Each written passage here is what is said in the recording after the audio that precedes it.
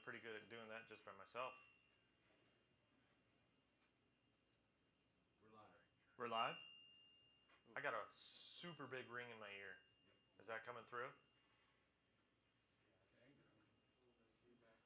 Do you want me to? I don't think I'm standing in front of a speaker, but. It's right above your head. It's right on top of you. Oh. There you go. Thank you. You're welcome. I won't stand there anymore. I apologize. Anytime that I'm doing something dumb, just tell me. I'm very okay with it. Thank you so much for coming to my talk on vulnerability management. I'm really bad at titles, but I do like adventures, and so that's where vulnerability management is one of these lifelong things that I've done for years now, and so this is just the specialization that I've really focused on. So does button work? Maybe. Moving on.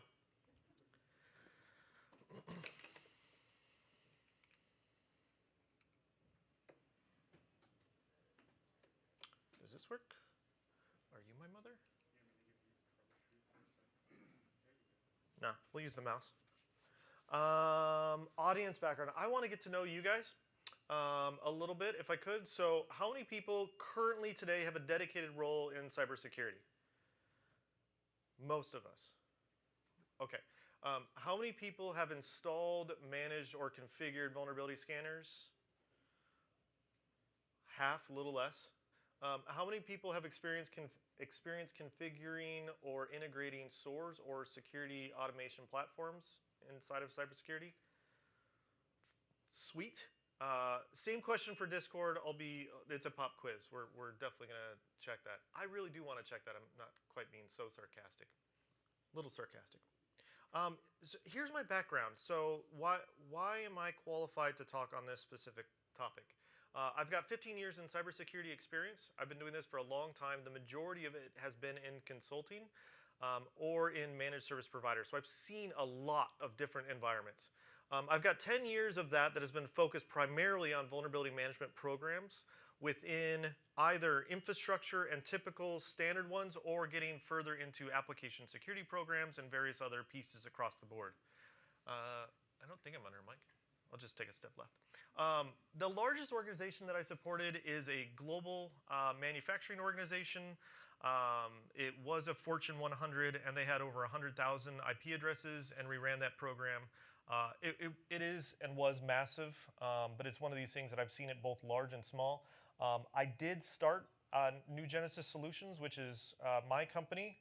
I'm very excited for it, and we've been very lucky through everything. So we grew through COVID. We've done really well, and it's through many relationships of people that I have through here at CactusCon and other people that I've known. So I appreciate all of you guys.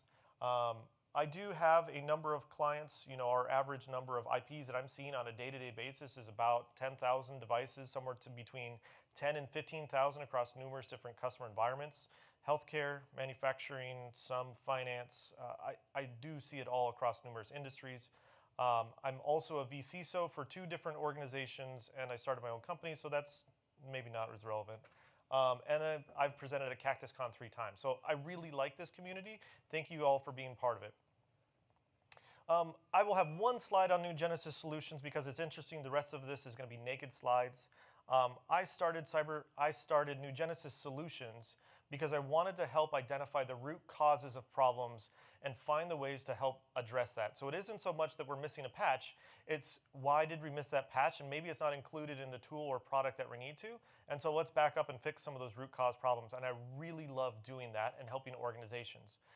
I don't do a lot of marketing. You may never have heard of me, and I'm totally fine with that because I really just want to partner with organizations to help transform their environments. Last one is this is not a technology problem. I will have technology in here, but this is very much of a people problem. And then through people and understanding through those mechanisms, we will address process and technology through that. So I do reverse that order a little bit from some of the standards. And I've seen across a lot of different industries. We'll move on. I'm mostly mid-market, but I have no preference because it's a very standard problem. Back into this talk. I think that this is a very foundational skill set that every single person within cybersecurity should know.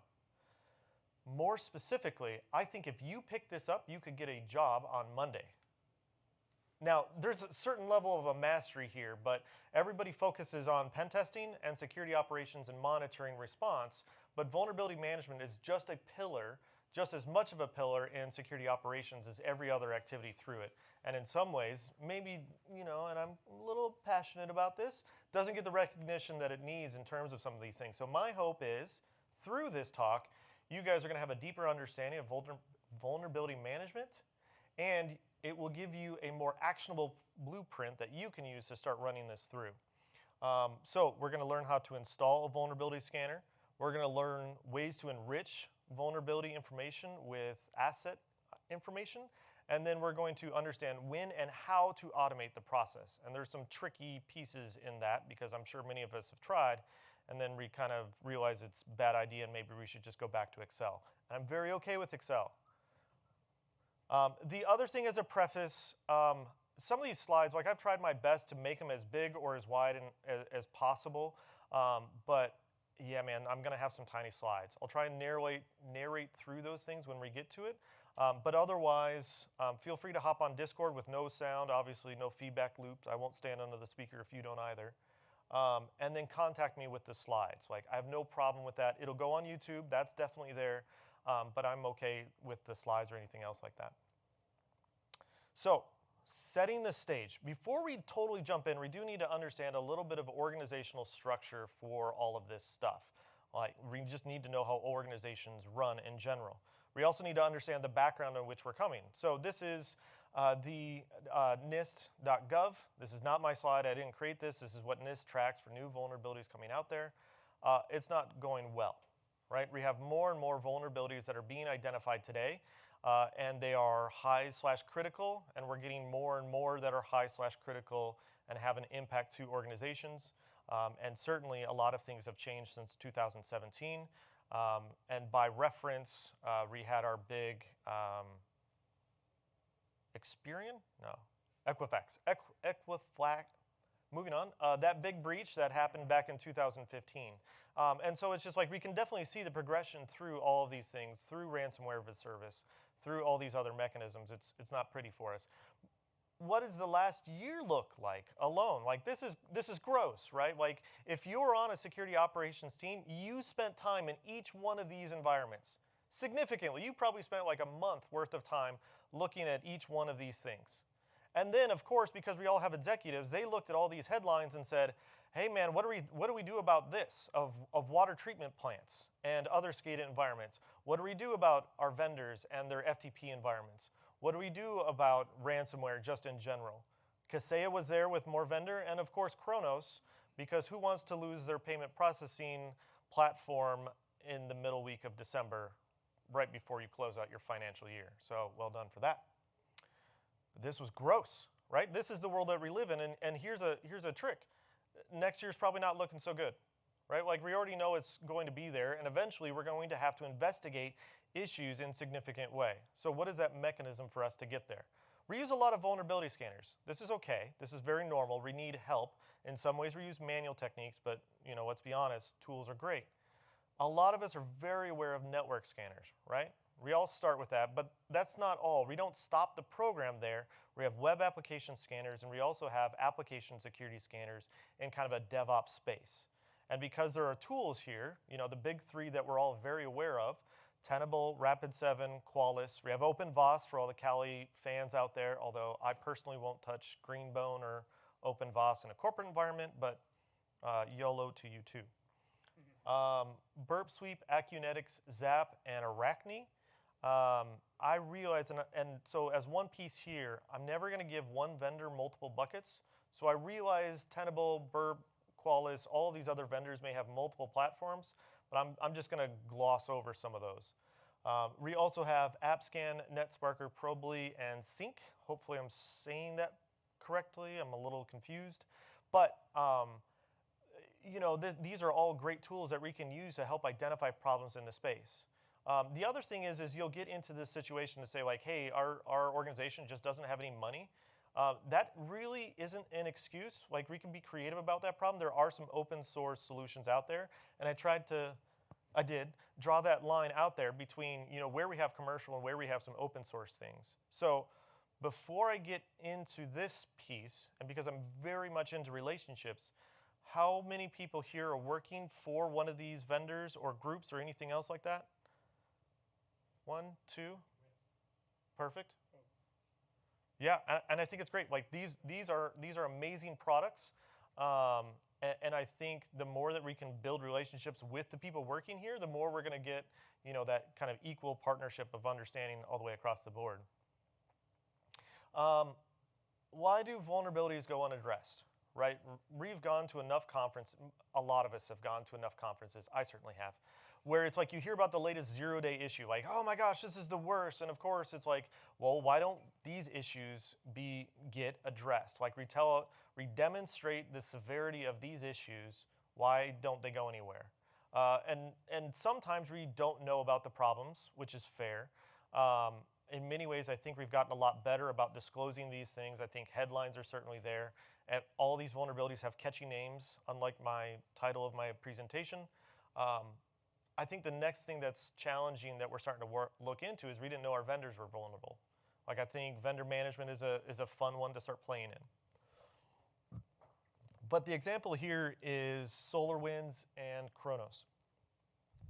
Apologize. I like drinking water. It's also because I like talking fast. So this is a way to take care of both.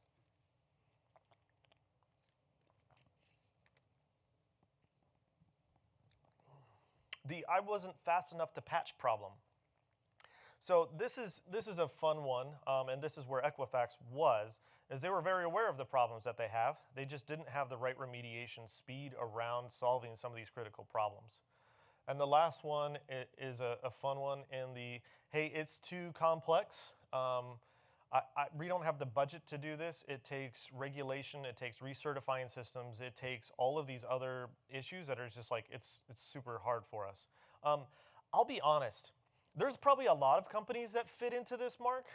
They just don't make the news all that often. Like very few times you raise your hand and say like, oh, we just can't afford it, so ha ha for you.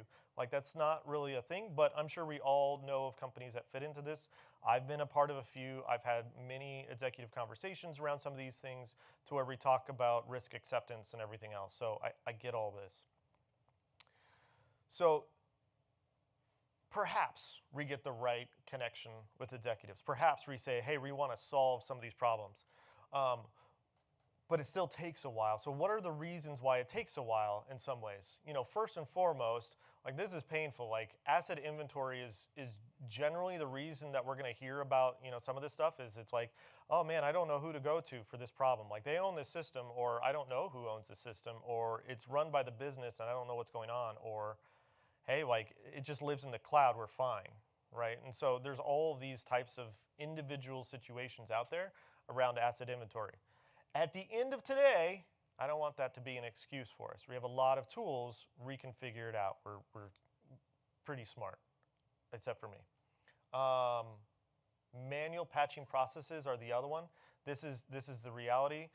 As much as we have WSUS, SCCM, Chef, Puppet, automation platforms, all of these other components, we are still worrying about manual patching through these environments. And they could be for all kinds of different reasons. But this is a piece, and sometimes it takes us a while. The last one is a little bit of the fun one, and I think this kind of chews into some politics and other situations where we're working with, where it's like sometimes the IT team and the security team are not best friends. Sometimes one tool doesn't agree with the other tool in terms of a vulnerability scanner doesn't agree with the information coming out from a patching report. And so it's just like, how do you work through those specific problems? I like the joke, it's funny.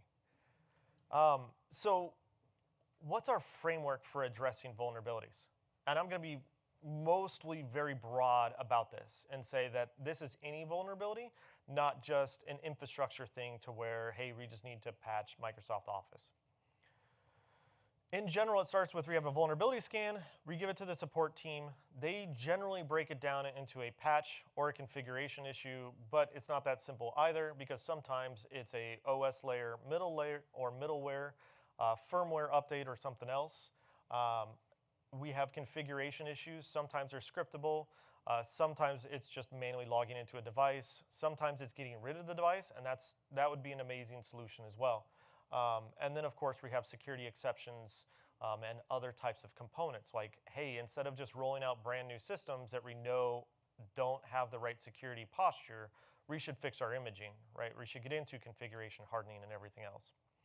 We also have a development aspect to say, hey, like, we know what we need to do for this. Like, why don't we just update some better scripts or packages to further automate the patching process? And then as we look at it, like, this is not unique to a vulnerability scanner. We should be treating all things that we discover in the same approach, and then working to triage all that through. And because, really we want to make this a overarching programmatic view, we should be looking at what do we have in metrics, escalations, and other types of reports that need to go out there. So that's cool, but what does it actually look like? So this is the life cycle if you were to take it all the way from the very beginning all the way to the very end of fixing things. On the left, we're going to start with the big topics that we have. You're going to identify your problems. You're going to figure out how do you put in remediation plans, your risk tracking and reporting, and then a little bit of a attack surface or the margins of some of these things that we're aware of.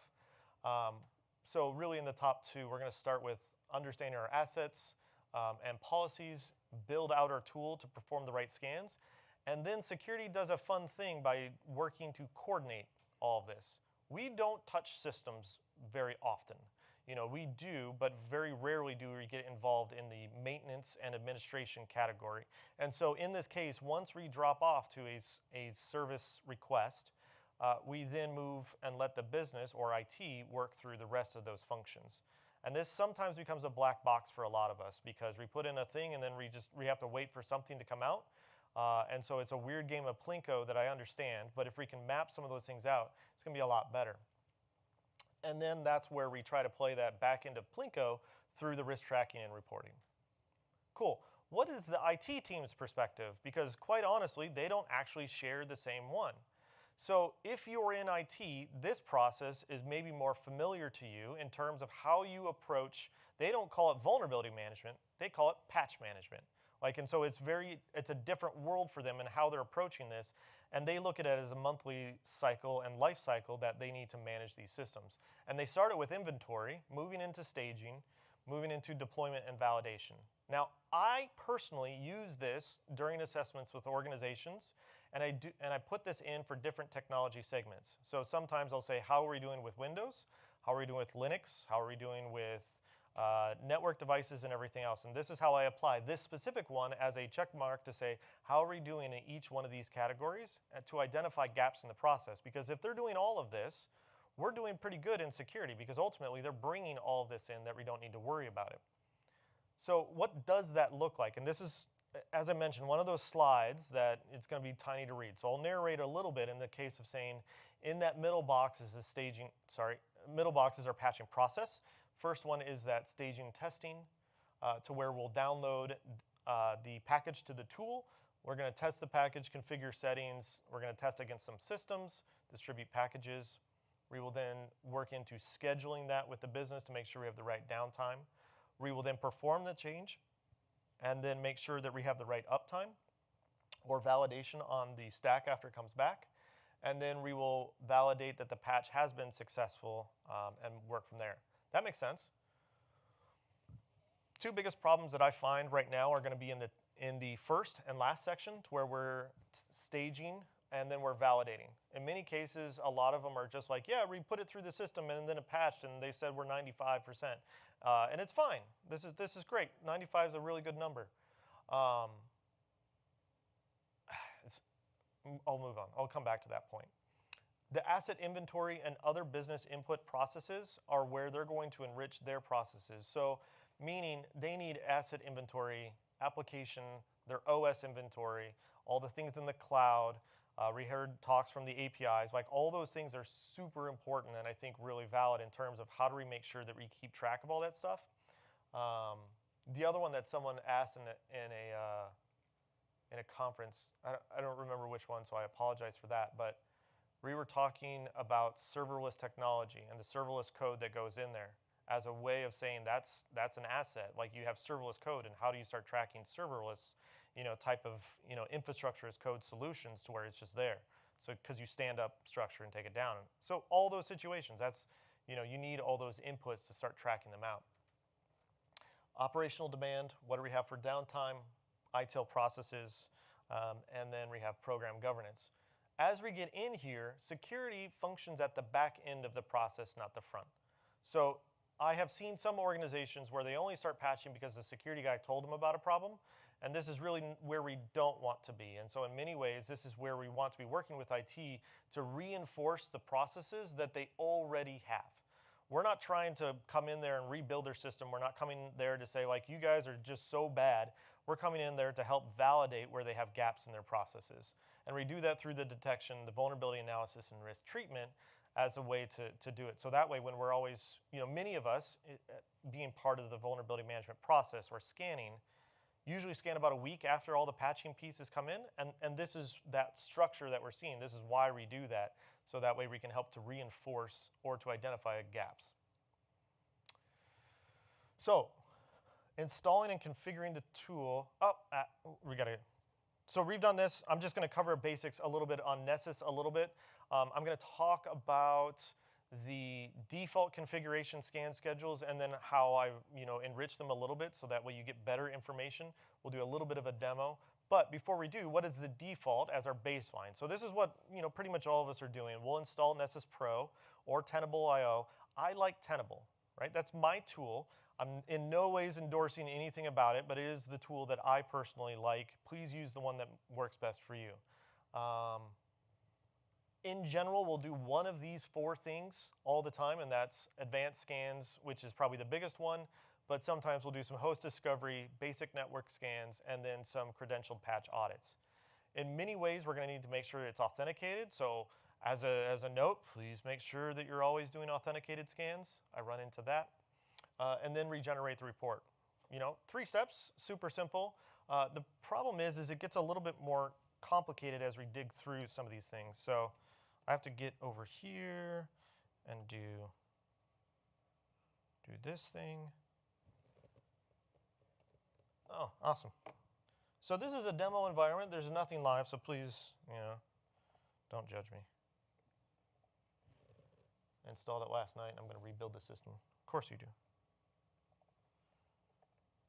Demo gods beware.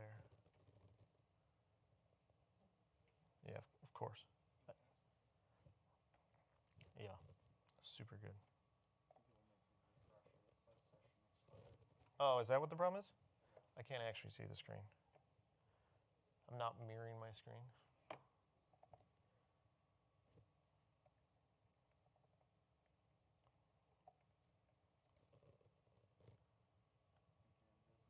Yay! I had it up, but of course I was yammering and everything else. I think that's an advanced scan, right? Okay. So I'm going to probably drop off camera. No, I can do it like this. I was trying to think. I'm like, the only place to put the mouse was here. So usually when you click the advanced scan, you run through all of these things. We're going to dig in and spend about 3 minutes going through some of the scans and how I change certain components. In general, please try to make sure that when we talk through authenticated scans that you're trying to grab each of these. So most of us will say we need to give it domain admin credentials or some level of highly privileged access. It doesn't exactly need to be domain admin. And if you do give it domain admin, please make sure it's not able to log in locally and various other hardening techniques. But you'll need to use SSH in order to get into Linux environments, network devices, and other components, and SNMP3 in terms of some of those components as well. These are all credentialed scans, and they're all very different, and in many ways, organizations are not fully exploring this, and you're losing some of the visibility because you can't actually log into these devices. And so you have vulnerabilities that you're not seeing. From a generalized thing, you're just going to add in, I thought about logging in and joining some random wireless network and scanning right in the middle of the conference. I decided against that. Grab a target, run it through there. The schedule doesn't make much difference. The notification really doesn't make much difference for us. And as we get into this piece is where it starts becoming really interesting. In the generalized settings, I'm okay with it pinging, but sometimes a ping in this context will show up as dead, and then we'll choose to think the device is dead.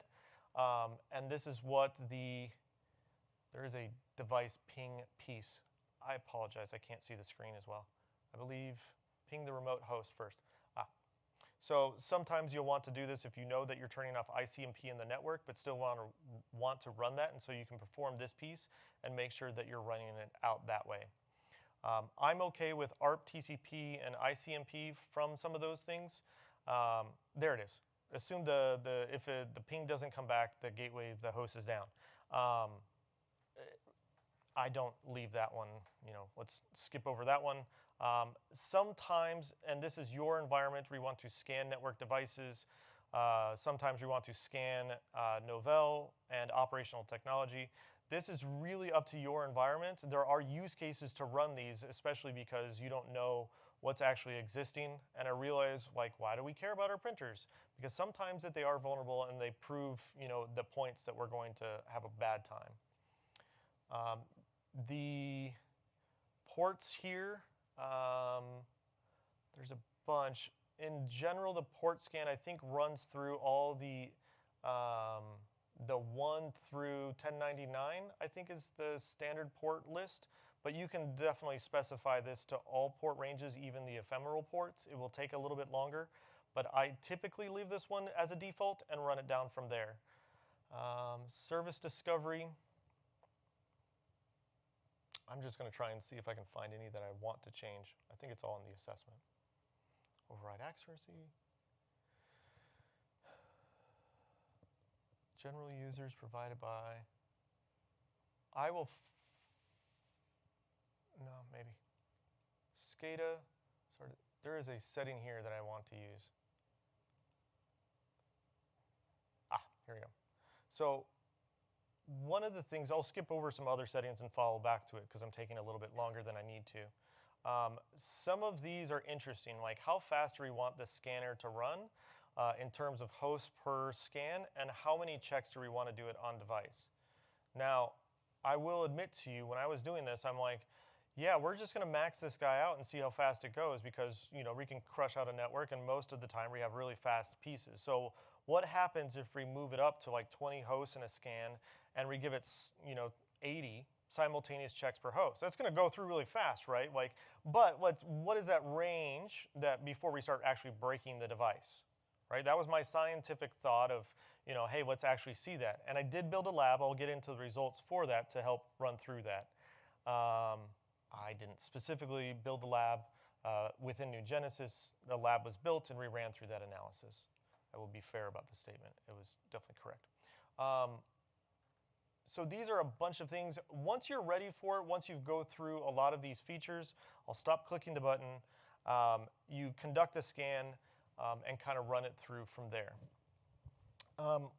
There's a couple of things that I think are super helpful after you get into these that I think are good. So I did create a slide to say hey, what happens if you forget a bunch of stuff? This is typically what we run. The first one is to understand that scanners need the Windows RM service to connect because that's the registry. So even if you say, I'm going to give you domain admin credentials, but it doesn't have an ability to tap into the registry, it's going to have a very bad time. So you get a lot of really weird scans to where it's you're not getting good information. And this becomes the piece that you need to start chewing down on in order to make sure that it connects correctly. We also want to make sure that we're seeing the final updates. If you're in IT, you're tired of hearing about the things that are superseded. And so from this aspect, make sure that you're only seeing whatever the latest version is. And so if it's superseded or there's a roll-up or anything else, you don't need to look at that. In troubleshooting, we want to look at the logs. And then we have some specific use cases here around where we might need to look into these.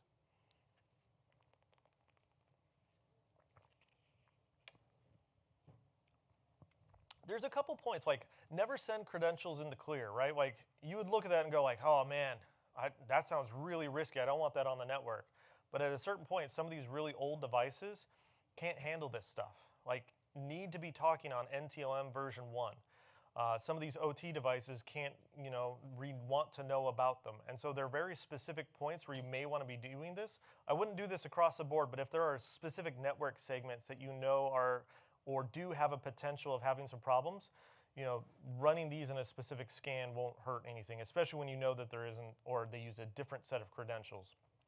I don't advocate for this all the time, but it really does help to expand visibility in certain cases. So let's get into that research piece that I was talking through. So Ree ran a lab, and Ree said this was all brand new.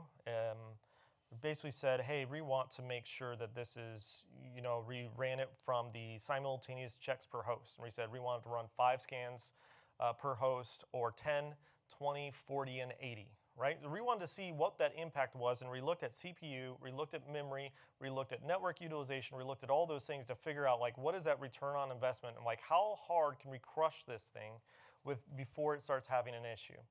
Now, I've got a lot of experience in helping organizations. Like, I've kind of done some tweaks, and in general, I kind of go with about 10 to 20 checks per host. I generally go with 10 to 20 hosts at a time. I scale it up from there depending on infrastructure and everything else. And I've always had these assumptions, but I've never validated with science. So let's kind of trust science a little bit. The one recommendation for this is make sure at least the scanning server has some legs or beef under it to handle this, because you don't want to crush your scanning server, and do make sure you have free space. But here's what the data looked like. So again, this was 5 attempts per host, 10, 20, 40, and 80. And what we're looking at is basically the same thing, right? Like, each client takes about 8 minutes, because we gave it about a minute before and a minute after. And so from there on, their average, each one takes about 8 minutes. The largest amount of traffic that you're going to see on a network happens within that first minute, and then it basically just follows up on various checks and other things that are occurring. And it had nothing to do with, like, 80 checks. Like, it didn't scale them out. It just said, hey, here, we're just going to throw all kinds of things at you. Now, in a lab environment, this is not going to be the same thing as a live piece. So maybe you have really old machines. Maybe you have platter hard drives and laptops and everything else, and that may have some kind of user impacts, but otherwise that's there. 8 minutes. The next one is, there were brief points to where it was spiking the network, but it's not like I never actually got to 100% for this. So I'm not sure if this is a bug, a feature, or some other type of throttling thing in the lab. We looked at all kinds of points. I did look at memory, and the memory usage between each of these points was only about 200 meg in between 5 scans per host and 80. So even memory usage is minuscule. And so in many ways, I don't think this is going to have as much of an impact. Customize to your own organization, but do run a little bit of science to validate our own assumptions through it, and we're okay. At the end, there's a couple of things that I do recommend that you guys do or change with this, and that is the plugin output, to ensure that you're understanding exactly what it found and where. So sometimes it said, hey, I found insecure credentials. This will actually tell you where it found those insecure credentials, that you can start chewing through that information. So it's not just the vulnerability, it tells you where it is. And then where is it exploitable? And that is definitely a thing for executives. And everybody, I guess. There's no difference. So assets and context. This is a fun one. I'll narrate this one quickly. I thought about maybe having 2 people stand up and talk through it, but with mics and everything else online, it might be way too cheesy.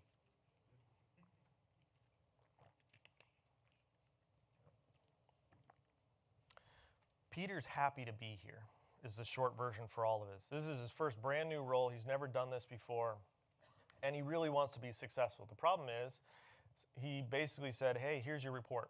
So, hey, John, I got back a security report that had a bunch of systems with a critical vulnerability. Our admin, John, says, okay, well, which systems you got? Security comes back and says, hey, there's a bunch of them, and I only really got a bunch of IP addresses for most of them. I'm not sure really where they are. Can I send you this report? Sure.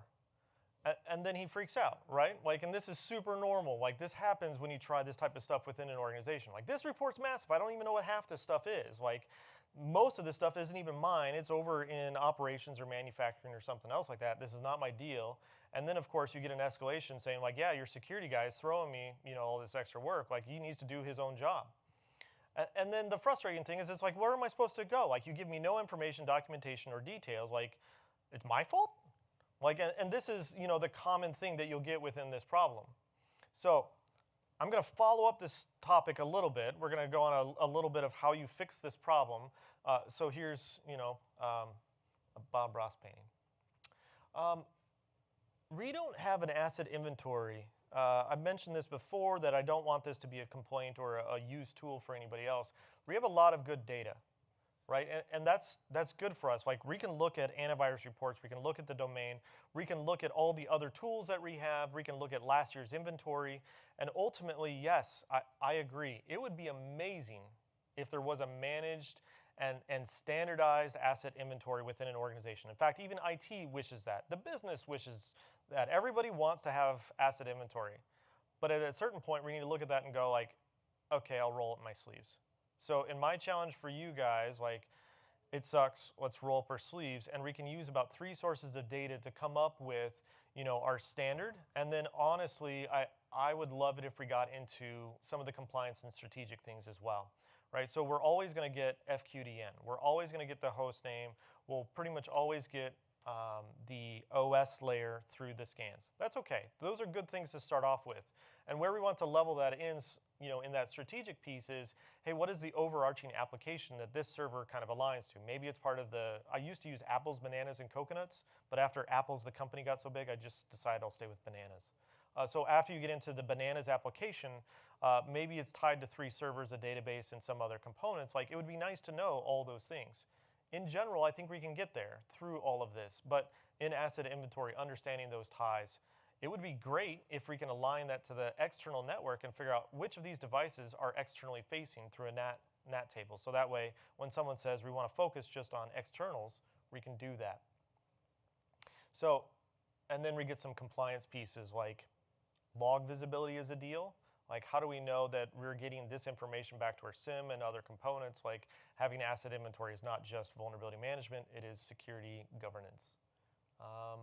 So this is usually what I try and break it down into. You're going to get your system types. In this case, I was doing it for a healthcare organization, so that's why clinical is there. You can substitute anything business operations, good to go. But we want to separate by the type of system that it is, because often there's a different team that's managing that. We then want to build in the different kind of zones of trust for it in terms of where it's being managed. So this is where your DMZ or internal application or testing environments fall in. And then we want to really push in for the shortest achievable timeline of what makes sense. Now, I use the term SLA here, but ultimately, unless you are a managed service provider that you have a defined service level agreement, we can just call this the objective or the service level objective if you want to use the full term. And I think this is kind of the piece of how quickly can we run as a standard. The next one is, we don't know how to quantify the risks of these environments, right? Like, this one gets into, like, I'm not a risk management guy. I don't know all this other stuff. And so I found 3 that are amazing, and I really like them. And of course, because farm animals are amazing to write stories about, we use this model. And then we got into, I did that just for you because I know you're trying to take a picture.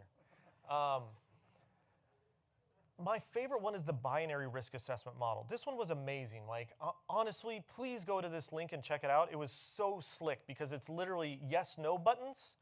So yes, we have this problem. No, we don't have this problem. And it was a really great way to kind of like evaluate the risk of the environment without getting into deep, long Excel tables with formulas and everything else that we may or may not understand. I liked it. So the problem is, though, is it doesn't handle the complex issues. It doesn't handle the middle ground. It doesn't look at a description of events, and you cannot customize it. But from, hey, I just want to check my thumb and see how fast the wind is blowing, it's pretty good, right? Like, we don't need this massive Excel. There are some environments that it does make sense, right? Like, what happens when you need to have all that data and start trying to chew through it? The pros for this one, for the NIST, so the biggest one here is the NIST 830.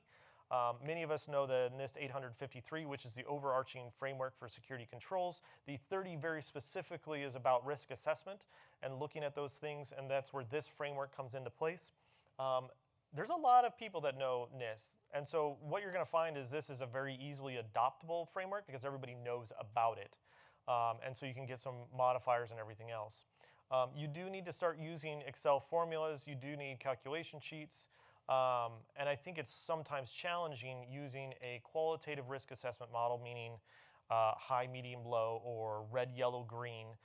It's hard to kind of choose through, well, I have 3 reds. Which one's most important? I can only pick one, right? And so how do you then kind of separate those down? And that's where the FAIR model comes in. This one's fairly advanced, and this starts to tap into quantitative risk assessment, meaning you're going to get a risk that's like 7.8.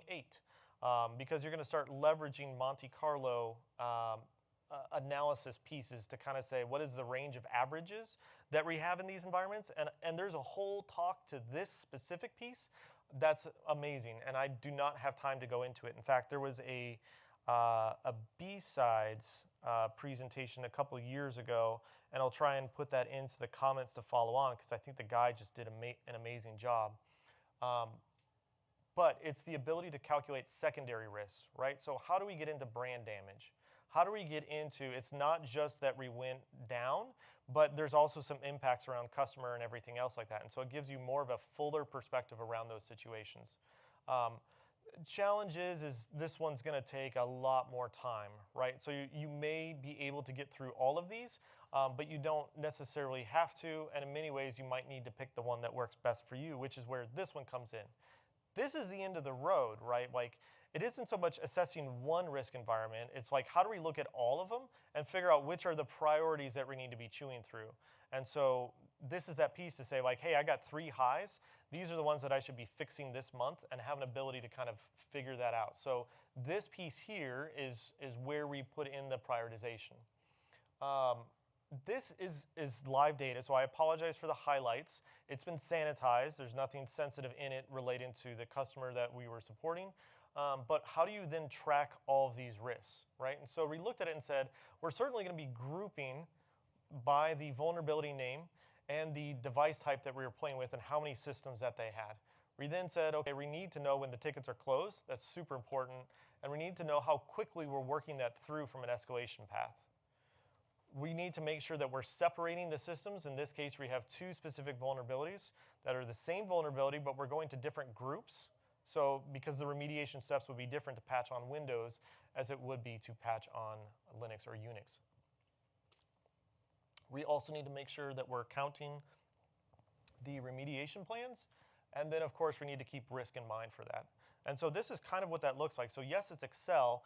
Yes, you can take that into a ticketing system, but we'll get into that here in just a minute. But this is kind of what that looks like. So let's get back to our story with Peter.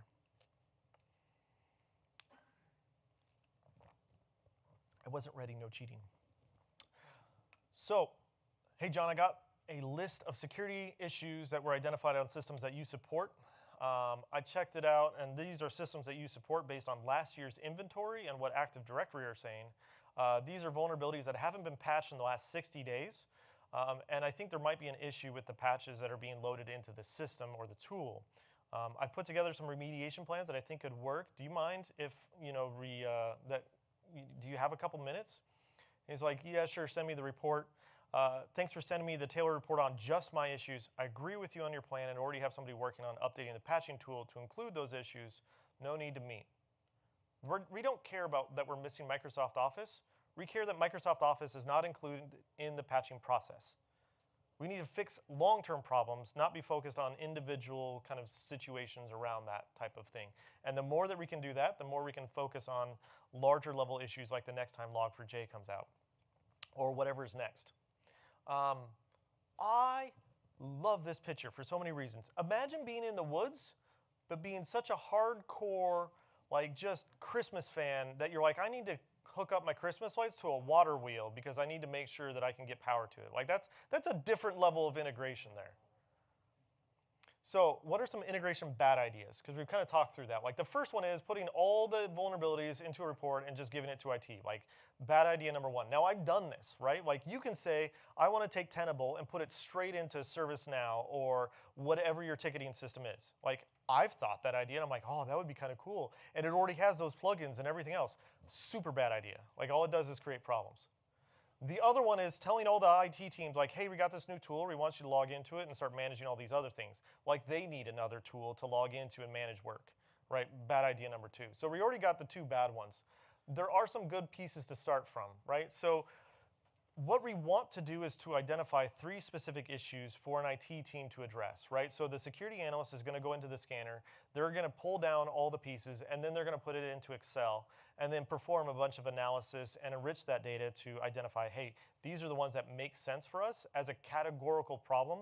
And I really strongly recommend trying to look at things that are 60 days old and not have been released last month. Because that's where the real, like you're going to be able to more clearly see that we're missing the process and that it's not just a simple patch that would be like, oh yeah, the system will just reboot next week. The other one is as we level that up and say, okay, let's get out of Excel, which I agree with, the one piece is if you can get the budget for a GRC tool, this is where you're going to want to take the scanner and put it into a GRC tool to perform that. You're going to get the same level of issue prioritization, you're going to get the same level of trending, but you don't have to manage through all the individual pieces of Excel. And I know, like, let's get out of Excel. I hear you. I love it. Sometimes there are financial barriers, but this is kind of where we want those pieces. The next one on security orchestration platforms, this one's a super deep topic. So what is a SOAR? This has probably been the biggest topic. If you want to make your CISO both scared and excited at the same time, start talking about this one. And there is a lot of almost buzzword approaches to this. The biggest one, to be more specific within security, because there's not really a whole lot of automation that can happen within vulnerability management, but there is a whole lot of orchestration. And that's where we want to be looking within this tool set. Did I have tools on the side? Oh, I did have tools. I've been having a lot of fun with Cortex. As the tool, it got bought out by Palo Alto. That's been the one that reviews. It has a whole lot of native playbooks and everything else. Many of the other ones are already there, and it's going to become like, hey, what is your best tool that works for you that you've already bought into? So if you're a heavy Cisco shop, then SecureX might be super great for you. But this is one of those things of pick tools that make sense. So I sat and looked at it and said, okay, what are some of the indicators that we need to make this like magical? And this is where I came up with 3 specific ones that you may want to get started with. So the potential attacks with systems with critical vulnerabilities and triggered in AV, right? So the indicator for us is to look at critical vulnerabilities, anything that is a plus 8 or so. If you're using Qualys, that'd be a 4 and 5 on a confirmed. And then you want to be looking at mission critical systems, so you'll need to kind of define those. And then, of course, when you get an AV alert, that's the point that it's like, hey, I know I'm getting hit on this device. It may not be from the same thing, but I know this system has some issues that someone may be trying to look at it. This shouldn't happen all the time, and so ultimately you'll want to start the investigation or incident response process because you have an AV alert. And it could be quarantined, it could not be quarantined, but that's certainly something that you're going to want to put some more immediate action around. The next one is we have exploitable systems, and we're kind of defining that as Metasploit is available for this, that has an external connection. So we know that it has an external tag, and we know that the vulnerability trigger there is true for Metasploit. In this case, we don't exactly know that it's compromised. Certainly you can make a decision between this is an active investigation versus something we just may want to research. And so you'll create a ticket for initial triaging and work through it that way. The last one is the front page of tracking vulnerabilities. And so you will always get some of these things, like this is where how often do we go back and validate that we're not seeing SolarWinds anymore? Like we did it once. We went through that whole investigation for like an entire month. And after that month is over, we're like, whew, totally fine. But then what happens if we're playing with some other environment? We've completely lost visibility to that as a piece. And so having this has hit the front page type of issue, and we want to make sure that we never forget about this problem to ensure that it comes back up. So this vulnerability is disclosed within a threat report. So we're going to use this to hook into all of those threat feeds that we have and a CVE number, and then say like, hey, this is that list and things that we want to find. You can certainly add more to the list. And then when we run a scan, the CVE matches against that list and says, hey, we found this thing again. Hey, we found proxy logon again. It's not gone away. And so in this case, you would just straight submit a service request to the help desk and say like, hey, we need to fix this problem. We already know what the answer is. We've already gone through this, but this system came back and we need to make sure that we're kind of keeping that in line. The last one is questions. I had two that were fun. I like the signs. I didn't really know what to do with it. They were perfect. Do we have any questions? I'll stop rambling. That was very not helpful. Where can I get the slides? I will put, so how do I not flood my boxes? I got to think about this in public. It'll be on YouTube for sure. I will send you the slides if you contact me through Discord. I think it's probably the easiest way to go with that. And I will make sure that they're in a PDF format. And so please reach out to me. My username that I used was Pudge. I thought it was funny. It was mostly self-inflicting and everything else like that. That's where it came from. But if you want to capture me that way, that's that one. I'm not currently hiring, but I do know a bunch of organizations that are. So feel free to reach out to me if you are looking for a job. I'd love to help everybody find something great. Questions? What's fun? Go ahead. So you flood all of, when do you? Oh, okay, thanks. When do you like to do network-based scans like we described today versus agent-based detection? Pros and cons of each, or thoughts on that? So the value of network-based scanning versus agent-based scanning, I look at it as if I can get into agent-based scanning pretty much as my primary starting point, I want to. Because there's so many situations with remote work from home to where agents are not where they're supposed to be and everything is a whole lot more mobile within a network. So I prefer agent-based scanning. There is an additional cost typically into those solutions, but I find the trade-off is I don't have question marks in the middle of the night around compliance in those situations. However, not everything can install an agent. So the second path is to make sure that you are scanning with a network scanner. And if you do play in the cloud, you'll want to have a cloud-connected scanner and then an on-prem scanner as well to ensure that you're getting the right level of visibility. So I do say that both is the answer, and it's not just the Taco Girl meme, but agent-based is my preferred, and backup is network. Questions? Other things fun? Go ahead. I gotta wait for the box. Hey, Hey.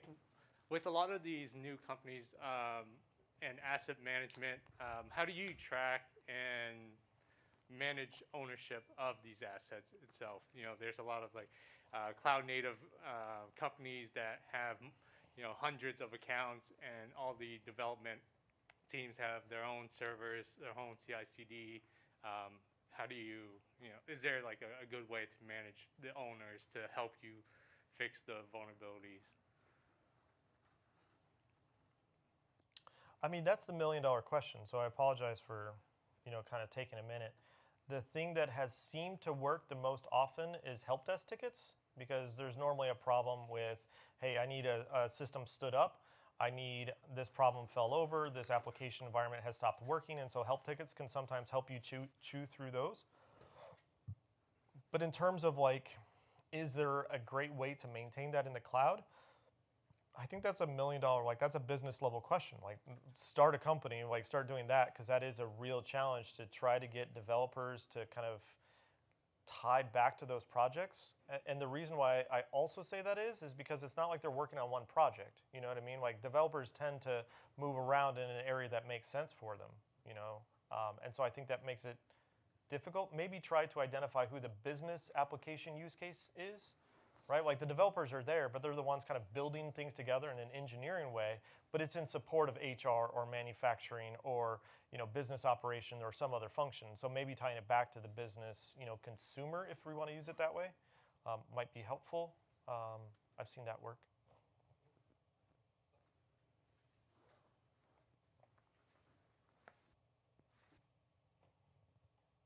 So have you had much luck setting up scanning of pre-deployment images, for example, gold images, or networking config files? Because that's something new I've been playing with Tenable on, is deploying the show config file on a network device, and apparently Tenable has a way of scanning that. That's something new that I'm playing around with right now and haven't had much luck. So any information or insight in that area, I'd love to hear it. It's a longer conversation and would love to kind of pin you back some of those details. I may get lucky enough that somebody from the New Genesis team would post something into Discord, but I've been here for the last hour and not on there. So in general, I would say that yes, you want to be looking at configuration standards, but also configuration drift. And this is where once you set it as a gold image, how do you go back on a quarterly basis typically or monthly and make sure or have an evaluation? So in many ways, they'll align that back to the CIS best practices, or they have all those templates that you use, and then you kind of run that.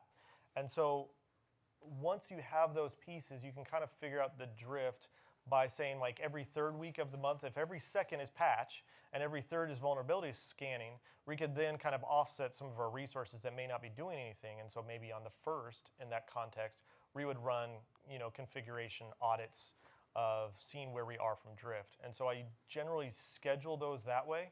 From a looking at CIS hardening aspect, changing and getting to a gold image is a whole project. But the drift aspect is, kind of running it that way, if that makes sense. And then you just set up and say, like, I want to scan these assets, and it's like any other scanner. Does that help? Cool. Yes. Other topics? Fun things? Bad jokes, more memes? Cool, I think that's it. I mean, I'll stick around, please, by all means, if somebody wants to chat and whatnot, but nobody's a hostage. I appreciate everybody coming a lot.